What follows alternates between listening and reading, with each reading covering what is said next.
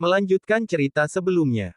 Saat tangisan Yundu terdengar, murid-murid Misty Cloud Sect, yang telah benar-benar mengelilingi klan primer sampai tidak ada yang bisa lewat, segera membawa aura pedang yang tajam dan menyerbu ke rumah besar seperti harimau yang baru saja turun dari gunungnya. Teriakan niat membunuh yang langsung meletus menyebabkan wajah banyak pengamat di sekitarnya menjadi pucat.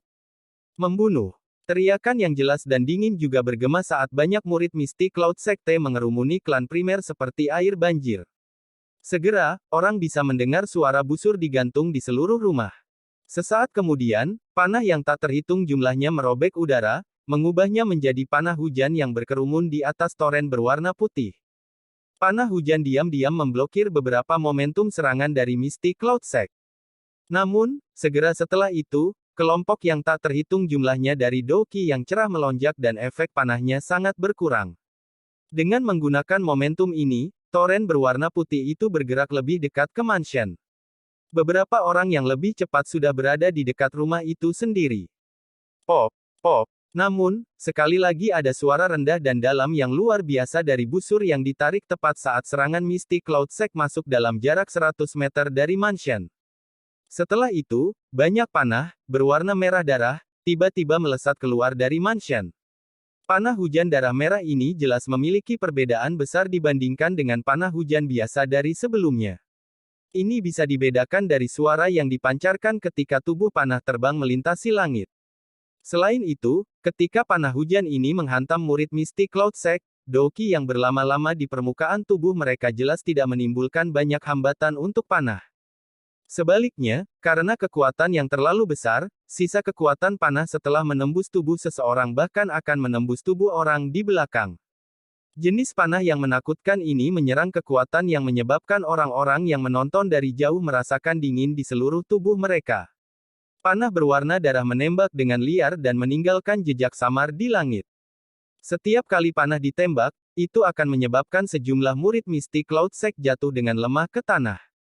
Dari kelihatannya, klan primer, menjadi puncak dari 3 klan besar di Kekaisaran Jiama, bukanlah kesemak lembut yang orang lain dapat mencubit sesuka mereka. Bahkan dengan kekuatan Misty Cloud Sekte, tidak mungkin bagi mereka untuk menghilangkan klan primer tanpa mengorbankan darah. Beberapa orang di langit tidak terganggu oleh pertarungan ganas yang sudah dimulai di bawah ini. Yundu dan Yunsa berhenti sejenak di udara sebelum mereka berdua menggerakkan tubuh mereka pada saat yang sama. Setelah itu, mereka bergegas menuju Hai Bodong.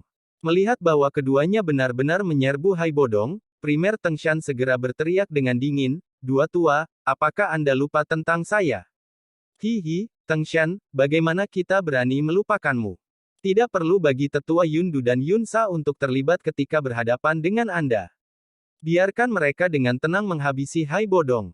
Suara Primer Tengshan baru saja terdengar ketika dua sosok tiba-tiba terbang keluar dari unit Misty Cloud Sect besar di bawah ini. Akhirnya, mereka mengepakkan sayap dan digantung di tempat yang tidak jauh dari Primer Tengshan. Yun Fu, Yun Su, sungguh tak terduga bahkan kalian berdua telah datang. Hati Primer Tengshan langsung tenggelam ketika dia melihat kemunculan tiba-tiba kedua orang ini. Kedua orang ini juga penatua dari Misty Cloud Sect. Meskipun mereka tidak sekuat Yundu dan Yunsa, mereka masih ahli dari kelas Dowang. Dari kelihatannya, Misty Cloud Sekte telah benar-benar dimasukkan ke ibu kota untuk berurusan dengan klan primer. Kesabaran pemimpin sekte dengan klan primer Anda telah mencapai batas. Karena itu, jangan salahkan kami. Kami hanya bertindak berdasarkan pesanan. Kedua orang ini tampaknya berkenalan dengan Primer Tengshan. Karenanya, ada ketidakberdayaan dalam suara lemah mereka. Wajah Primer Tengshan gelap dan suram. Matanya melihat ke arah tempat Hai Bodong berada. Yundu dan Yunsa sudah mendekati yang terakhir sementara Yun Fu dan Yun Su telah memblokirnya.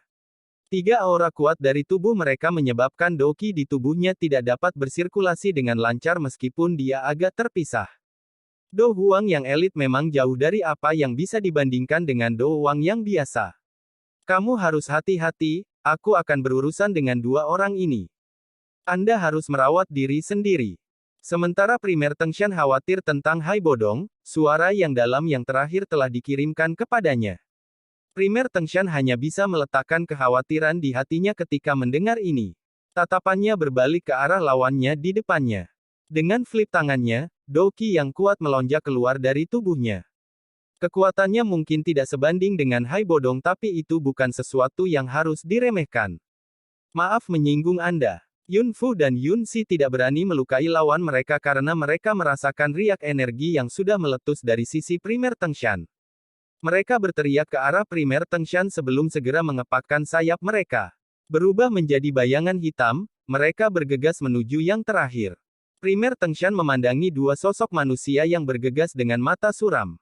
Sebuah kebanggaan yang tidak muncul selama bertahun-tahun juga melonjak di dalam hatinya ketika dia tertawa ke langit. Baiklah. Hari ini, bahkan jika klan primer kita tidak bisa lepas dari malapetaka ini, aku juga akan sangat menyakiti sekte awan kabutmu. Setelah tawa terdengar, sepasang sayap Doki di punggung primer Tengshan mengepak dan dia menyerbu ke arah Yun Fu dan Yun Su di depan banyak tatapan tanpa rasa takut.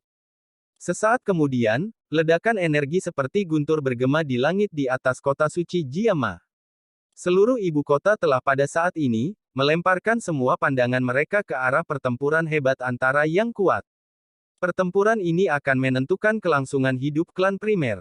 Sementara klan primer dan Mystic Cloud Sect telah memulai perjuangan hidup dan mati ini, ada beberapa tempat di ibu kota yang benar-benar sunyi. Ada beberapa sosok manusia diam-diam berdiri di menara tinggi yang terletak di dalam kota kekaisaran, yang memungkinkan seseorang untuk mengabaikan seluruh kota. Pandangan mereka sedang mempelajari pertempuran yang menggerakkan jiwa yang meletus di kejauhan. Orang yang berdiri di depan adalah seorang lelaki tua berjubah linen. Wajah lelaki tua itu dipenuhi keriput. Pada saat ini, wajah lelaki tua itu, yang biasanya seperti sumur tua yang tak berdaya, saat ini dipenuhi dengan perjuangan dan ketidakpastian yang tak berkesudahan. Kakek buyut, apakah kita benar-benar tidak akan melakukan apa-apa? Seorang wanita muda bertubuh tinggi dengan gaun ungu, yang berdiri di belakang pria tua berjubah linen dengan ekspresi agak tegas di wajahnya yang cantik, akhirnya berbicara setelah tidak mampu menolak lebih lama lagi sambil menyaksikan pertempuran hebat di kejauhan. Melihat mahkota Phoenix ungu emas di kepalanya, yang mewakili statusnya, tampaknya statusnya cukup tinggi. Yao Ye, kamu juga harus tahu seberapa kuat Mystic Cloud Sect saat ini. Jika kita membuat marah si tua roan itu, Yun San, pria tua berjubah linen itu menghela nafas ketika dia menjawab. Yao Ye, wanita jangkung dan anggun yang mengenakan mahkota Phoenix ungu emas di kepalanya, secara mengejutkan adalah putri sulung keluarga kekaisaran yang telah ditemui Xiao Yan beberapa kali saat itu. Tapi kakek buyut, kamu juga harus tahu ambisi liar macam apa yang dikandung oleh sekte awan berkabut beberapa tahun ini. Kita mungkin masih bisa bersaing dengan mereka jika kita bergandengan tangan dengan asosiasi alkemis dan 3 klan besar. Namun, jika kita duduk dan menonton mereka dihilangkan oleh Mystic Cloud Sekte satu persatu, kemungkinan keluarga kekaisaran kita akhirnya akan berakhir dengan nasib yang sama. Pada saat ini, kaisar wanita ini, yang adalah sudah secara bertahap mulai mengelola seluruh kekaisaran, merajut alisnya dan berbicara agak cemas. Jia Lao terdiam di hadapan kata-kata tajam Yao Ye. Yun San itu akhirnya adalah batu yang menekan jantungnya. Dia jelas tahu bahwa itu mungkin tidak terlalu sulit bagi pria tua itu untuk membunuhnya mengingat kekuatan sang pembentuk. Begitu dia meninggal, keluarga kekaisaran akan kehilangan perlindungannya. Pada saat itu, kemungkinan bahaya yang dihadapi mereka akan semakin besar. Oleh karena itu, masih sangat sulit baginya untuk memutuskan bahkan dalam menghadapi momen yang sangat penting ini. Mari kita tunggu dan lihat, Jia Lao masih menghela nafas panjang. Dia melambaikan tangannya dan melihat energi kembang api yang telah meletus di langit tidak jauh dengan ekspresi gelap. Beberapa ketidakberdayaan dan kekecewaan melintas di mata Yao Ye yang cerah ketika dia melihat bahwa Jia Yao masih bertindak begitu ragu-ragu pada saat seperti itu. Dia mengangkat matanya dan melihat ke arah di mana klan primer berada. Dia hanya bisa berdoa dalam hatinya bahwa bagian atas dari 3 klan besar bisa menciptakan keajaiban dan selamat dari serangan Mystic Cloud Sect ini. Seorang lelaki tua mengenakan jubah alkemis memandang ke tempat di mana energi meledak dengan mata berkedip-kedip di atap sebuah bangunan di asosiasi alkemis. Dia sesekali mengencangkan dan mengendurkan tinjunya. Jelas, hatinya tidak tenang. Ketua Fama, pria tua lain di belakang pria tua ini, yang juga mengenakan jubah alkemis, tidak bisa membantu tetapi membuka mulutnya untuk berbicara. Fama, yang juga memiliki beberapa hubungan dengan Xiao Yan saat itu, masih mengelola asosiasi alkemis Kekaisaran Jiama 3 tahun kemudian. Mari kita tunggu dulu, Fama menggelengkan kepalanya sedikit ketika dia berbicara dengan suara serak. Orang tua di belakang hanya bisa menghela nafas dengan lembut ketika dia mendengar kata-kata Fama.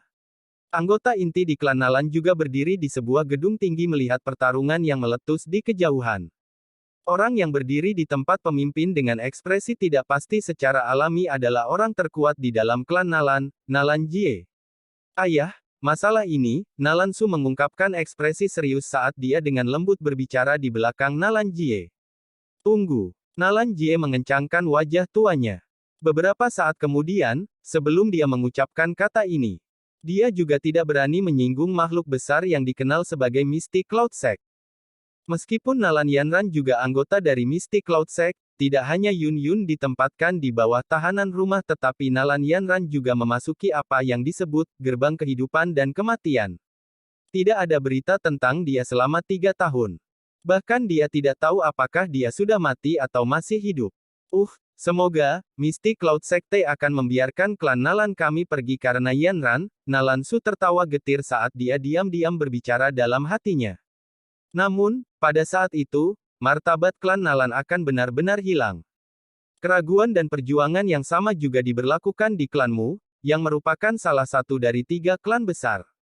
Namun, kesimpulan akhirnya adalah bahwa tidak seorang pun berani melangkah maju dan mengatakan sesuatu pada saat seperti itu. Ini karena mereka tahu bahwa di Mystic Cloud Mountain yang terletak di dekat ibu kota, masih ada Dozong elit yang memiliki kekuatan untuk menghilangkan klan manapun, Yun San. Pada saat seperti itu, yang bisa mereka lakukan hanyalah menaruh harapan pada keajaiban. Jika klan primer mampu menanggung ini, beberapa faksi lain akan memiliki keberanian untuk membahas kolaborasi dengan mereka dengan mengandalkan momentum kemenangan ini. Sementara klan primer dan pertarungan Mystic Cloud Sect masuk ke dalam kondisi panas putih, lebih dari 10 magical beast terbang besar dengan cepat bergegas melintasi langit lebih dari 100 km dari kota suci Jiama. Sebuah kekuatan yang akan mengguncang seluruh kekaisaran Jiama akan tiba.